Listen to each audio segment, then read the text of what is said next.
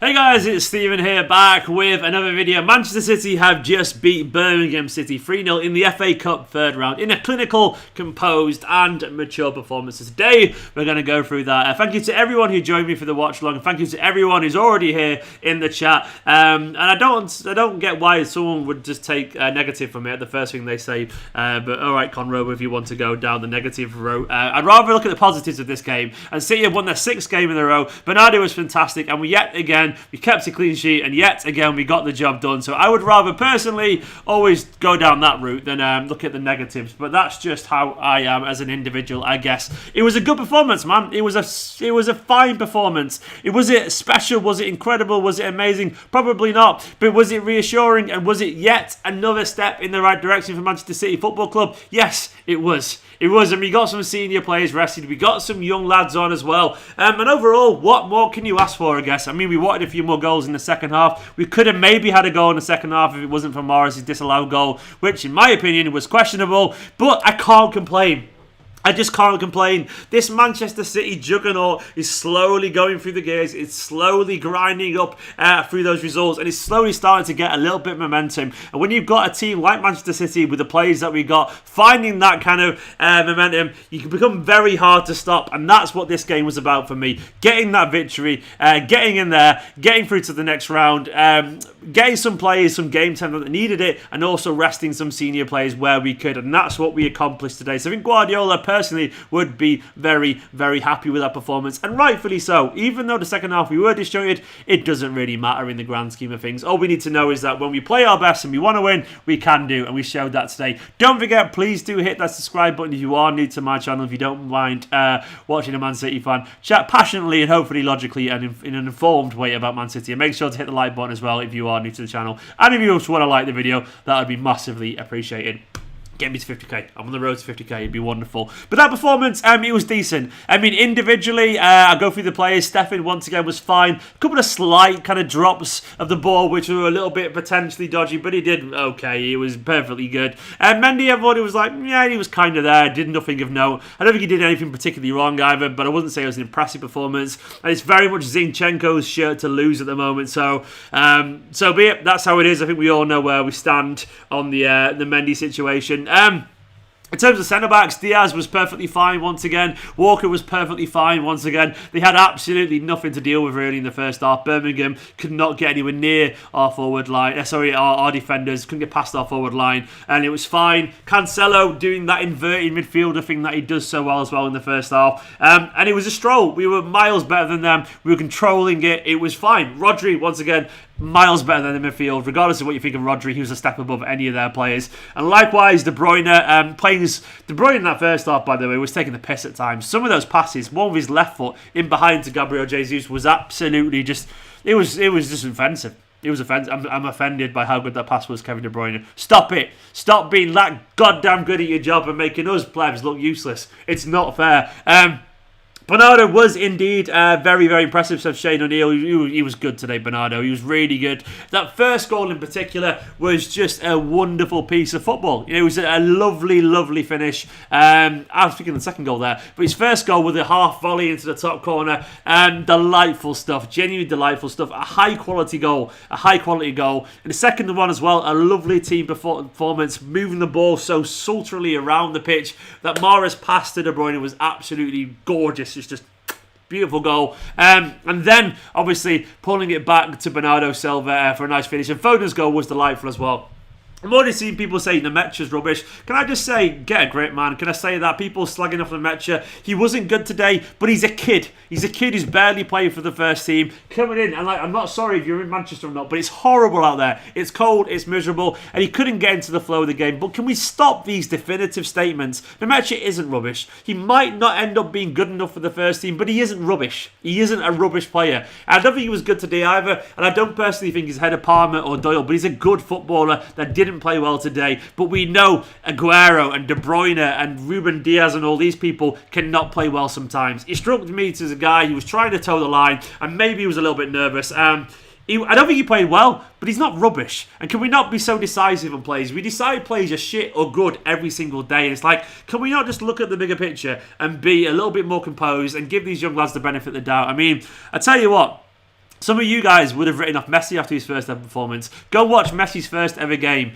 for Barca. Absolutely useless. Anyway, that's just a bit of a rant to defend the young lads, because you're allowed to say they didn't play well, but just to write them off, I don't know, it feels unfair to me. It always feels unfair. But anyway, in terms of the midfielders, I feel like as well, I thought like De Bruyne, yeah, he was good.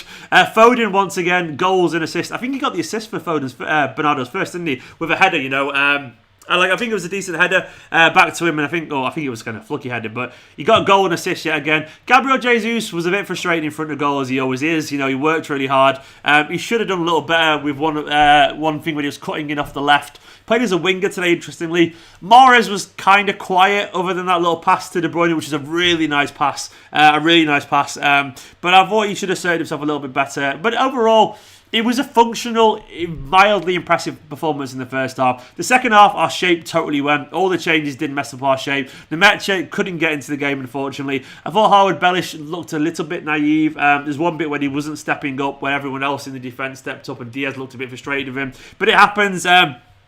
But he's only young. You need some game time to accept, to learn how it will be. I also agree, by the way, that Foden's work rate was fantastic. It always is in general. And Nmecha, he wasn't that good, but it doesn't mean he's a shit player. It just means he didn't play well today. Throughout the rest of the team, Delap came on, put himself out a little bit. Obviously had a half-decent little header and some nice runs down the channel, but didn't really get involved in loads either, which was understandable. But overall, this performance wasn't about City blowing away Birmingham. It was about getting the job done and continuing to win games. And now we've put the FA Cup to one side for a bit. We put the Carabao Cup to one side for a bit. We've got past United and Chelsea, and now we've got a running of games in the Premier League that are eminently winnable games that Manchester City should be looking at and going, we need to go on a big run now and win all these games and get past, and hopefully maybe even past United and Liverpool in the league. And it's very possible. Get this train, get this momentum warming up and going through the gears, and we'll become very, very unstoppable. So overall, Mendy, yeah, I mentioned Mendy. I thought he was just meh. He was okay. He wasn't terrible, but I do think it's Zinchenko's shirt to lose at the moment, and I think that's probably fair as well. I don't think he made any big mistakes, but I don't think he did anything wrong either. Anything right either, sorry. Mendy was just Mendy. He's okay. Pep should trust Foden more, says Matthew. I think, to be honest, I think he's probably earning Guardiola's trust at the moment. I think Foden is...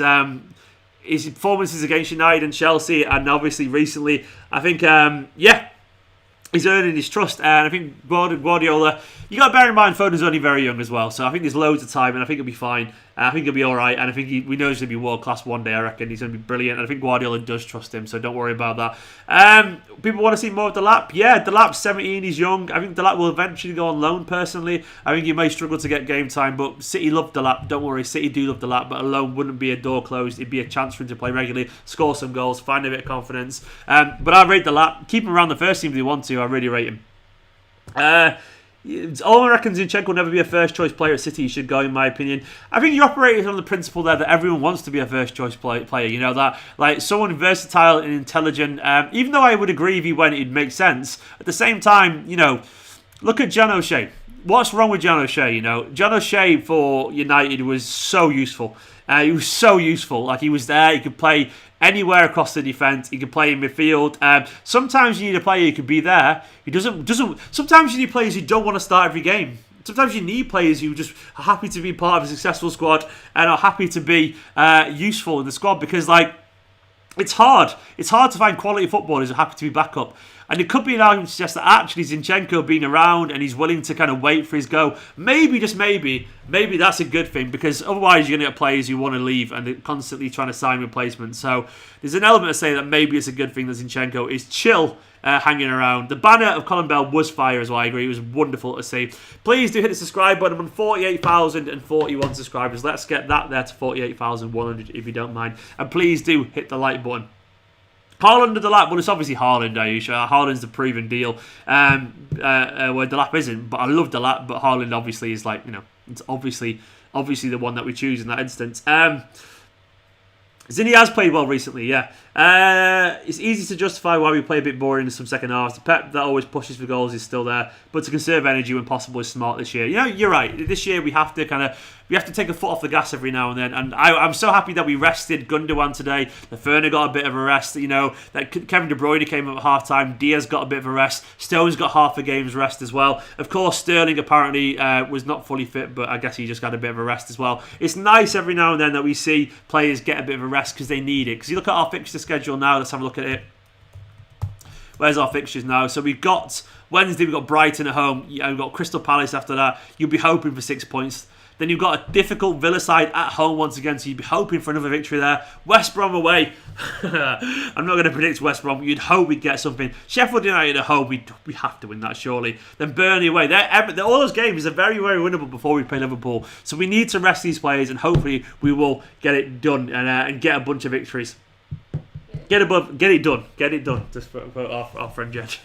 KDB is rubbish, Allman. What are you on about, man? Don't get a rise out of me. We have 5 league games this month left. I'm not mad we played a boring second half. Yeah, exactly. I was annoyed that we didn't score 5. It is what it is, man. I don't give a shit. We scored 3 and 1 and conceded 0, so I'm happy about that.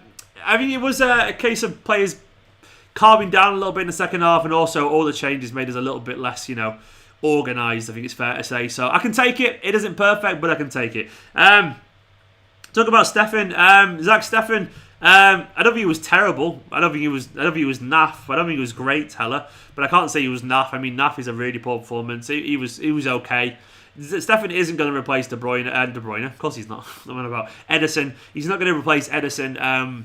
But he's a good backup keeper. He was fine. A couple of slight handling problems, but I don't think he was bad, I'm not going to complain about it. I thought he was largely okay. So just a 5 out of 10 for me. Not too bad, not too good. Just there and a perfectly suitable backup. So I'm fine. Mahrez is De Bruyne rescuing that first half. That pass to De Bruyne was beautiful. I can't deny that. So overall, we got the job done. Stefan to replace KDB could be a shout. What happens is I read words in the corner of my eye on the chat, and those words jump in place of the words that I meant to say out loud. So I meant to say Ederson, read De Bruyne, said De Bruyne. Mate, any news on why Kun is unavailable? Apparently Aguero was isolating because he's come in contact with someone with COVID. So, but yeah, that's the reason, unfortunately. So in terms of everyone else, Laporte and Ake apparently injuries. Sterling not fully fit, but I think he's just probably a bit tired or something like that. Torres and who else? Garcia and Tommy Doyle and Cole Palmer all coming back from COVID, of course. So we'll have to see. But anyway, guys, I thank you for watching. Good performance. Not a great performance, but a professional performance. Please hit the like button. Subscribe if you're new to the channel. Thank you to everyone for watching, and I'll see you tomorrow for 5 Things Learned. For now, though, I'm absolutely starving. I'll be honest. I'm going because I'm hungry. I'm very hungry, and I want to go wind down on the Saturday before it gets too dark outside, and I'm going to go and chat to my beautiful fiancée while she plays Valhalla. And thank you for watching, everyone. You're all the best. Go enjoy the rest of your weekend, and I'll be back tomorrow for a bunch of videos. Love you all loads. It might even be a live stream later, I don't know. But for now, I'm going to go and chill. In a bit, everyone. Have a good weekend, and I'll see you in a bit.